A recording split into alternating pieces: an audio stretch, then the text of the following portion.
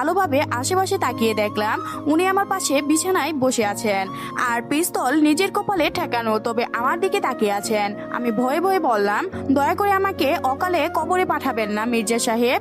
উনাকে আমি মির্জা সাহেব বলেই ডাকি। উনি আমার দিকে ব্রুকুসকে তাকিয়ে বললেন, তোমার মতো একটা আধ পাগল পাবনা থেকে আসা রুগীকে যে আল্লাহ আমার কপালে রাখবেন সেটা আমি জীবনেও ভাবিনি। তুমি যদি আজ অজ্ঞান না হারাতা তাহলে এসব ড্রামা হতো না। উনার কথা শুনে মুখ চেপে ধরে কেঁদে উঠলাম। উনি বিরক্তিতে নিয়ে বলল, এই পাগল, তোমার চোখের সামনে কি সমুদ্রের কন্ট্রোল আছে? এত কেমনে কাঁদতে পারো? কান্না বন্ধ করো। আরেকবার যদি আমার সামনে জ্ঞান হারাও তখন একদম পিস্তল দিয়ে ঠেকাবো না বলে রাখলাম। ওনার কথা শুনে ভয়ে আমি দ্রুত শ্বাস নিতে লাগলাম। মনে হলো এখনই আমি মারা যাব। আমার এরকম অবস্থা দেখে উনি রেগে আমার দিকে তাকালেন, তারপর এক গ্লাসে পানি ঢেলে গ্লাসটা আমার দিকে এগিয়ে দিলেন। ওনার থেকে গ্লাসটা নিয়ে আমি পুরো গ্লাসে পানি খেয়ে নিলাম। তারপর একটু শান্ত হলাম। আমি শান্ত হতেই উনি বললেন, বিয়েটা যখন হয়েছে তখন আমাদের একসাথে মানিয়ে নিতে হবে। আমি ডিভোর্স দিয়ে তোমার জীবন নষ্ট করতে চাই না। আমারও বোন আছে, আর দ্বিতীয়ত আমার জীবনে থাকতে হলে কিছু শর্ত মেনে চলতে হবে। মন দিয়ে শোনো, তুমি এখন মির্জা পরিবারের বউ, আর তুমি নিশ্চয়ই জানো এই মির্জা বংশের বউগুলা কেমন। একদম লাফালাফি দুষ্টামি বাচ্চামো আমি সহ্য করব না। আর সবচেয়ে বড় কথা হলো ছেলে ফ্রেন্ডস রাখা যাবে না। এমনিকে কোনো ছেলে কাজিনের সাথেও কথা বলতে পারবে না। বোরকা ছাড়া বাসা থেকে বের হতে পারবে না।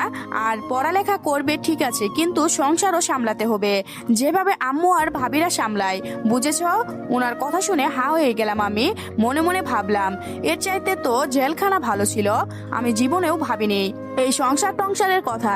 আম্মু আমাকে পছন্দ না করলেও কোনোদিন দাসের মতো রাখেনি। সংসারের তো অনেক কাজ।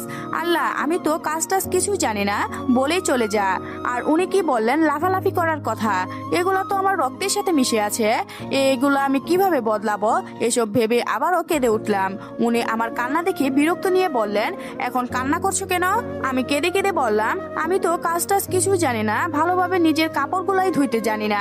উনি এবার রেগে দাঁতে দাঁত চেপে বললেন, জানো না যখন শিখে নিবে। আমি কিছু না বলে কাঁদতে লাগলাম।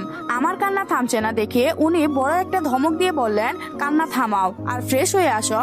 এমন ময়লা জামা কাপড় তোমাকে আমার বিছানায় জায়গা দিব না। কি হলো, যাও। উনার ধমকের সাথে সাথে আমি তাড়াহুড়া করে উঠে দাঁড়ালাম। মনে হচ্ছিল জ্ঞান হারাবো, কিন্তু উনার ভয়ে তাও করতে পারছিলাম না। আম্মু বাসায় গিয়ে আমার জামা কাপড়, বই খাতা যাবতীয় সব জিনিস পাঠিয়ে দিয়েছিলেন। আমি আমার ব্যাগ থেকে একটা ঘুমানোর জন্য জামা নিয়ে ওয়াশরুমে ঢুকে গেলাম। কয়েক মিনিট পর আমি ফ্রেশ হয়ে বের হলাম। প্লাজো প্যান্ট আর একটা লম্বা ঢিলে ঢালা টি শার্ট আর ওড়না। আমি বের হতেই দেখলাম উনি অন্য পাশে ফিরে শুয়ে আছেন। আমি কোথায় ঘুমাবো সেটাই ভাবছিলাম। যদি ওনার পাশে শুয়ে পড়ি তাহলে নির্ঘাত জ্ঞান হারাবো হয়তো। এসব ভাবছিলাম তখনই উনি হট করে আমার দিকে তাকালেন। উনার তাকানো দেখেই আমি কেঁপে উঠলাম। উনি আমাকে পুরোপুরি ভাবে স্কিন করে বললেন, এসব জামা আবার বাহিরে পড়তে যেও না। আগে পড়তে তখন অন্য কথা, এখন তুমি বিবাহিত আর রুদ্র মির্জার ওয়াইফ, সেটা মনে রাখবে। আর আমার পাশে শুয়ে পড়ো।